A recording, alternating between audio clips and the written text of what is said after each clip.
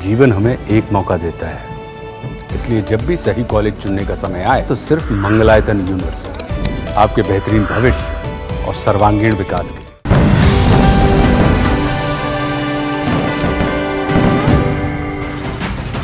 भारत और अमेरिका के बीच टैरिफ को लेकर तनातनी का दौर जारी है। अमेरिकी राष्ट्रपति डोनाल्ड ट्रंप टैरिफ के नाम पर भारत को लगातार झुकाने की कोशिश कर रही हैं, लेकिन भारत भी अमेरिका के दबाव के आगे झुकने को तैयार नहीं। प्रधानमंत्री मोदी ट्रंप को दो टूक संदेश दे चुके हैं कि भारत जो भी फैसला लेगा वो देश हित में होगा। इसी बीच अजरबैजान और आर्मेनिया के बीच बरसों पुरानी दुश्मनी को शांत करवाने वाले ट्रंप अब रूस और यूक्रेन के बीच चल रही जंग को खत्म करवाना चाहते हैं। हालांकि ये कोई पहला मौका नहीं है जब ट्रंप इस मकसद को पूरा करने के लिए मुहिम छेड़े हुए हैं।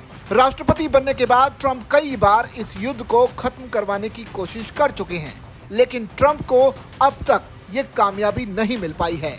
लेकिन अब लग रहा है कि आने वाले कुछ दिनों में इस जंग में कुछ निर्णायक होने वाला है।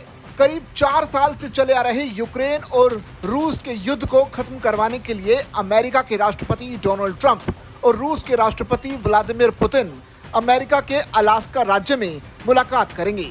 इस दौरान यूक्रेन के राष्ट्रपति जेलेंस्की भी इस बैठक में शामिल होंगे।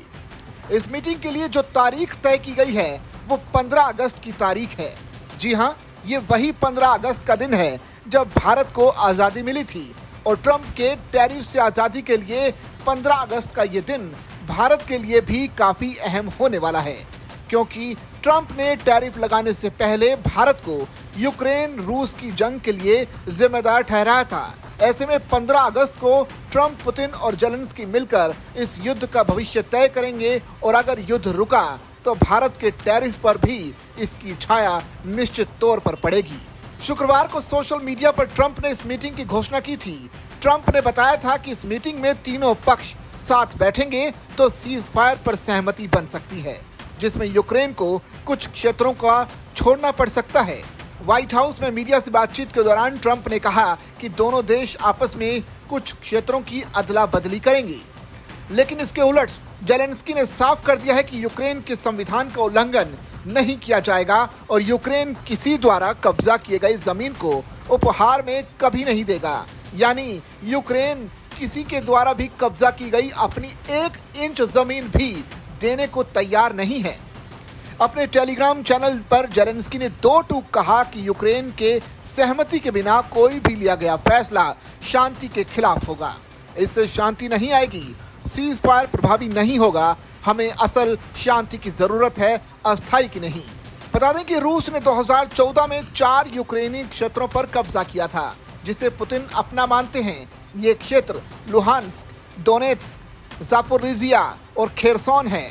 डोनाल्ड ट्रंप जब से अमेरिका के राष्ट्रपति बने हैं तब से कई बार रूस यूक्रेन के बीच जंग रुकवाने की कोशिश की है, लेकिन सफल नहीं रही। ट्रंप पुतिन के आक्रामक रूप से नाराज हुए हैं और उन्होंने रूस और उसके निर्यात खरीदने वाले देशों पर नए प्रतिबंध और टैरिफ लगा दिए हैं। ऐसे में इस मीटिंग पर भारत की निगाहें भी काफ़ी अहम होने वाली हैं, क्योंकि भारत इस मीटिंग पर नज़र रखे हुए है, क्योंकि इसी मीटिंग के बाद भारत पर लगने वाले अमेरिकी टैरिफ पर भी कोई ना कोई असर पड़ सकता है। इस पूरे मामले पर आपकी क्या राय है, आप कमेंट करके हमें ज़रूर बताइए और बने रहिए दैनिक जागरण के साथ।